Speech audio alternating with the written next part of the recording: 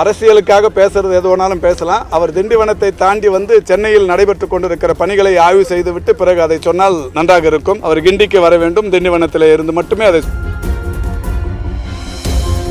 வடகிழக்கு பருவமழையை எதிர்நோக்கியுள்ள இந்த தருணத்தில் ஒவ்வொரு ஆண்டும் மாண்புமிகு தமிழ்நாட்டின் முதலமைச்சர் அவர்கள் வடகிழக்கு பருவமழை வருவதற்கு முன்னாலேயே தமிழ்நாட்டில் இருக்கிற ஒட்டுமொத்த சேவைத்துறைகளுடனான கலந்தாய்வு கூட்டங்கள் நடத்தி ஒவ்வொரு துறையும் மேற்கொள்ளப்பட வேண்டிய பணிகள் குறித்தான அறிவுரைகள் வழங்கி அந்த பணிகள் தொடர்ச்சியாக நடைபெற்று கொண்டிருக்கிறது. அந்த வகையில் இந்த ஆண்டும் கூட மாண்புமிகு தமிழ்நாட்டின் துணை முதலமைச்சர் தலைமையில் சேவைத்துறைகளுடனான கூட்டம் கடந்த மாதம் நடைபெற்று முடிந்தது. தொடர்ந்து மாண்புமிகு முதல்வர் அவர்களும் துணை முதல்வர் அவர்களும் சென்னையில் மேற்கொள்ளப்பட்டு வருகிற மழைநீர் வடிகால்வாய் பணிகள், தொடர்ந்து மேற்கொள்ளப்பட்டு வரும் புதிய மழைநீர் தேக்கங்கள் போன்ற பல்வேறு பணிகளை தொடர்ச்சியாக ஆய்வு செய்து வருகிறார்கள். அந்த வகையில் கிண்டி ரேஸ்கோர்ஸ் மைதானத்தில் கடந்த ஆண்டு இங்கிருந்து வருகிற உபரி நீரால் மடுவின்கரை போன்ற பல்வேறு பகுதிகள், சைதாப்பேட்டையில் இருக்கிற கிண்டி, பாரதியார் காலனி, வேளச்சேரி, மடுவின்கரை போன்ற பல்வேறு பகுதிகள் பெரிய பாதிப்புக்குள்ளானது. இதை கருத்தில் கொண்டு மாண்புமிகு தமிழ்நாட்டின் முதலமைச்சர் அவர்கள் கடந்த ஆண்டு இந்த கிண்டி குதிரை பந்தய மைதானத்தை அரசு கையகப்படுத்தி இன்றைக்கு 4.77 மில்லியன் கன லிட்டர் மழைநீரை கொள்ளளவு கொள்ளுகிற வகையில் 27,647 சதுர மீட்டர் புதிய குளங்களை இங்கே உருவாக்கினார்கள். பெருநகர சென்னை மாநகராட்சியின் சார்பில் கடந்த ஆண்டு 27,647 சதுர மீட்டர் பரப்பளவுக்கான புதிய குளங்கள் உருவாக்கப்பட்டு அதில் 4.77 மில்லியன் கன லிட்டர் மழைநீர் தேக்கி வைக்கப்பட்டது. அதனால் இந்த திறந்த வெளியிலிருந்து வருகிற மழைநீர் என்பது அக்கம்பக்கத்தில் இருக்கிற குடியிருப்புதாரர்களை பாதிப்புக்குள்ளாக்காமல் இருந்தது. இந்த நிலையில் மீண்டும் மாண்புமிகு தமிழ்நாட்டின் முதலமைச்சர் அவர்கள் பெரிய அளவிலான மழைப்பொழிவு வந்தாலும் அதை தாங்கும் அளவுக்கான சக்தி கொண்ட குளங்களை உருவாக்குவதற்கு பெருநகர சென்னை மாநகராட்சிக்கு உத்தரவிட்டு இன்றைக்கு அந்த வகையில் இன்றைக்கு சென்னை மாநகராட்சியை பொறுத்தவரை ஏற்கனவே 27,647 சதுர மீட்டர் பரப்பளவு உள்ள ஆழமுள்ள குளங்கள் இங்கே தோண்டப்பட்டது. இப்பொழுது அது 49,072 சதுர மீட்டர் அளவுக்கு இன்றைக்கு விரிவாக்கம் செய்யப்பட்டிருக்கிறது. இந்த 4 குளங்களும் மிகப்பெரிய அளவில் நீர்த்தேக்கம் கொள்ளளவு கொள்ளக்கூடிய வகையில் வந்திருக்கிறது. இந்த ஆண்டு இங்கே மழை பொழிகிற போது ஏற்கனவே 4.77 மில்லியன் கன லிட்டர் தேக்கும் சக்தி இருந்தது. இப்பொழுது 8.66 மில்லியன் கன லிட்டர் மழைநீர் தேக்கி வைக்கக்கூடிய அளவுக்கான குளங்கள் இப்பொழுது பயன்பாட்டிற்கு வந்திருக்கிறது.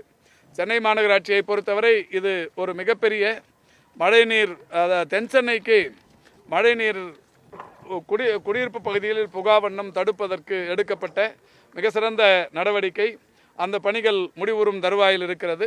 இந்த பணிகளை நானும் நம்முடைய பெருமதிப்பிற்குரிய ஆணையர் அவர்களும் துணை ஆணையர் அவர்களும் இந்த மண்டலத்தின் வார்டு குழு தலைவர் போன்றவர்கள் எல்லாம் இணைந்து இன்றைக்கு ஆய்வு செய்திருக்கிறோம்.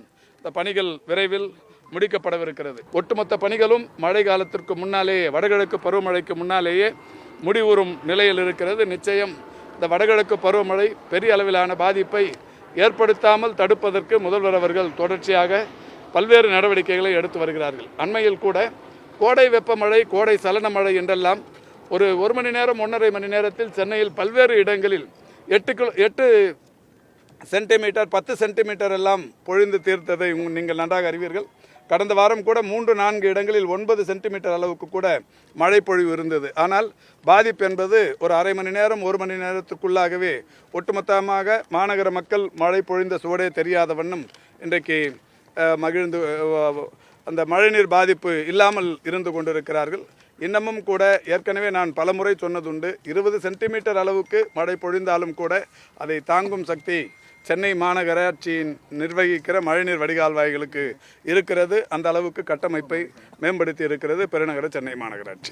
கம்யூனிஸ்ட் நடவடிக்கை எடுத்திருந்தாலும் அன்புமணி ராமதாஸ் ஒரு குற்றச்சாட்டு வைக்கிறாரு.